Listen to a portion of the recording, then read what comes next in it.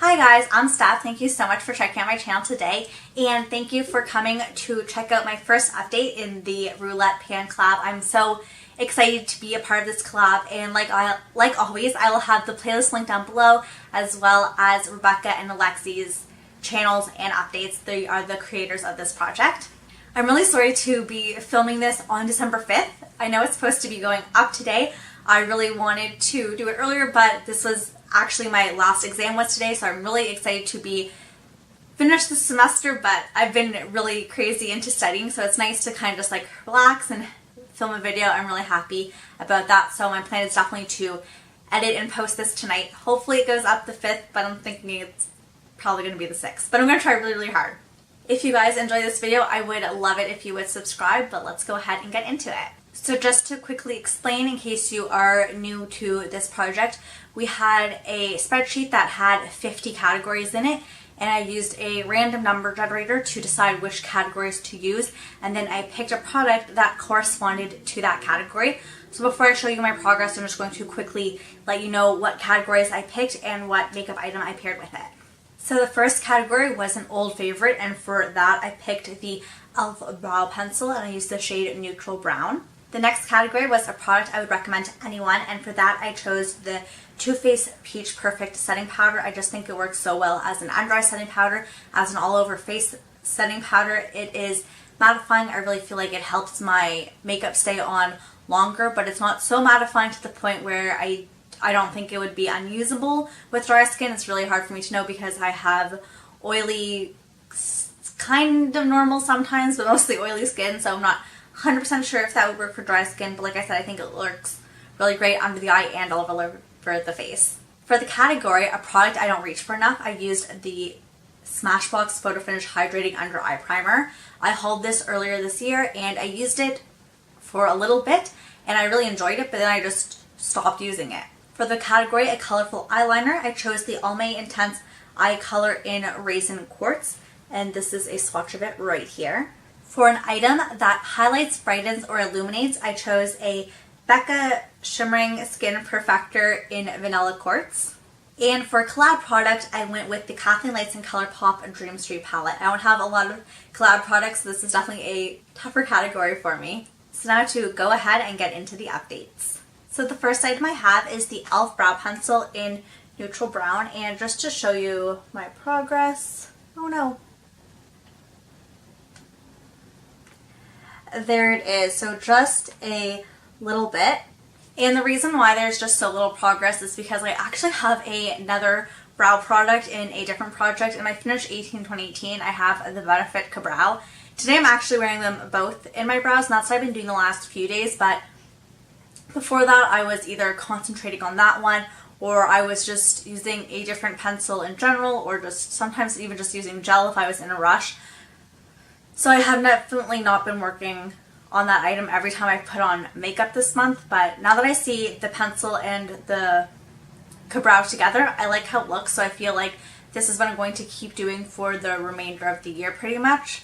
So hopefully that'll let me have a bit more progress on that item. This next item, it's really not possible to see the progress, and that is the Almay Intense Eye Color in Raisin Quartz. This is a liquid eyeliner. I have been wearing it a lot, but I wouldn't say every single time I do my makeup. Sometimes I just use it as a regular liner across like the top of my eyelid next to the lash line. And sometimes I'll actually just put it all over my whole lid. So that's what I've done today. I have it all over my whole lid, and then I patted another shadow from the Kathleen Dream Street palette over top. So I kind of like it all over the lid. I think it has like a nice shimmery effect. I don't actually love it as just like an eyeliner across. I have very small eyes, and I feel like once I start going with this like as an eyeliner right here, it kind of just takes over the eyeshadow application I've done. So I don't love it that way, so that's why I like to put it more all over my lid, or like sometimes it goes with a look, but it is a shimmery one, so it doesn't go with like every single look. I'll do a swatch for you because I'm pretty sure you can probably not see it on my eyes from there. So this is it right here. It has a bit of like a shimmer to it. It definitely does pick up the light. So interesting product, but I'm happy I am getting use out of it. And I have finished one of these in the past before I even really got into makeup, so I do know this was a product I loved at one point, so I'm happy to be utilizing it again. Next product is the Smashbox Photo Finish Hydrating Under Eye Primer, and I have been using this every single time I do my makeup. When I first started, it was like right below this black area right here, and now I'm at this black line. I drew with a different one, but the line was just so thick that I was like, I think when I try to show my progress next month, you're not going to be able to see anything, so I went over it with a black line. So I'm surprised how little product has been used, just from there to there, and I use this like every single time I do my makeup. So this is going to take me a lot longer to go through than I initially anticipated. However, my goal for this product isn't to finish it, it's just to get to right here. So about the top of the H in Smashbox. Hopefully you can see where I am pointing to. So that's my goal. So still a long way to go, and given the rate of my progress, I don't know if that's attainable in this project. Next is the Becca Shimmering Skin Perfector in Vanilla Quartz, and there is my progress. I really don't know if you're going to be able to see a difference. I'm going to post the before picture right there, so hopefully you can tell. Just to show you guys a swatch of it. I am wearing this on my cheeks today. I do wear it most days. Sometimes I layer it with other stuff. Today it's just on its own. Just trying to build up that swatch for you so you guys can see it. I don't know if you can see it. It's right here. Oh, there we go. Okay. So this is it right here. It definitely has like a light, I would say like it's a light yellow gold, honestly. So sometimes I really have to buff it into the skin because I find like it can be quite noticeable, but I'm really enjoying it. I feel like it's really going to be hard to tell from the pictures, but even just honestly looking at it, I find it difficult to see a dip. I can tell that it's definitely been used, but it's hard to see the dip. But when I like run my finger over it, it definitely does dip down, and it's just kind of the way it is with the light reflecting that it's hard to tell if there is a dip. But hopefully there is. Hopefully you'll be able to see pan soon, and then you'll really believe me that I've been working on it. And it is just a mini, and I'm working at it. I think I really could hit pan definitely before the project ends. I have high hopes for this item. Next is the ColourPop and Kathleen Lights A Dream Street palette. So before this project, I had never even used this palette before, so it was brand new, and I'm going to insert a picture before, but basically it was an untouched palette, and this is what it looks like now. So I definitely have a like use in the shades, and I would say that there was only 2 times this month where I did my makeup and I did not use this palette, and one of those was when I did film my Get Ready With Me featuring the Coral Obsessions Huda Beauty palette, so I'll link that video down below. And another time I used the Amethyst Huda Beauty Obsessions palette I had just picked up, and I'll link that video down below in case you just want to see the eye look I came up with. But every other time I have been using this palette, and I really wanted to get a feel for it before I picked which shadow I wanted to try to hit pan on. And after using it for the past month, I thought I was going to go for like a lighter shade up here, and then at one point I thought I might go for one of the shimmers, but then I feel like my eye look would kind of look the same every day if I picked a shimmer. So I decided to go with this shade right here, and this is kind of just more of like a deepening shade. I really, really enjoy it, and I believe this is the shade Elfish. So I'm wearing it in my outer corner now. I pretty much wear it on my outer corner with every look that I have done with this palette.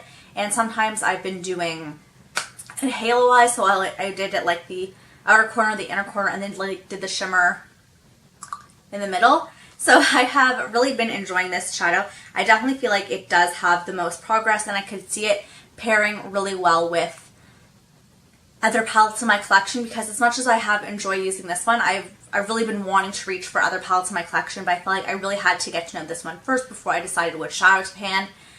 So some of my other palettes, which I have been itching to use, have been being neglected. So now that I have picked the shadow, I feel like as long as I make sure that I pair it with those other palettes, I can start rotating through my collection a little bit more.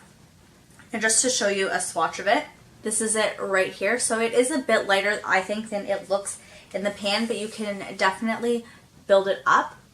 And it has like a reddish undertone to it, so I think it looks really nice with some warmer tone looks, and a lot of the looks I want to do right now are warmer tone, so that fits in perfectly. The Amethyst palette I just got is a lot of warmer tone purples. I got the Ruby palette recently that I want to play around with. I've been really itching to use my Modern Renaissance, so I feel like this shadow is really going to pair with the color combinations I want to be wearing. So that's really exciting. And to be honest, I think it is one of my favorite shadows in the palette, which I did not think it was going to be. But as of right now, I would say it's definitely my most used one, and I do really, really like it. And last but not least is the Too Faced Peach Perfect Mattifying Loose Setting Powder. So I'm sure you're all familiar with the packaging. And this is my progress, and I'm surprised how much progress I've made given that I only use this to set my under eyes. I don't use it all over my face. I have a pressed powder I'm using for that, but I've been using this for my under eye area, and I didn't think I'd make as much progress as I did. I'm really happy with that. My goal for this project isn't to finish it up, it's to go right here below the word mattifying. So still quite a ways to go, but I'm really happy to be using it. I really do enjoy this powder, and I found before this I was just jumping kind of between things. I didn't really have anything that I always use to set my under eyes, so I'm kind of happy to know what I'm using for that step in my makeup routine. Thank you guys so much for watching. If you enjoyed this video, I would really love it if you subscribe to my channel, and make sure you go check out everyone else who is doing this collab. I will have the playlist linked down below. I love going through the playlist and just watching everyone. I'm really excited to see everybody's progress. I hope you have a great day or night wherever you are. Bye!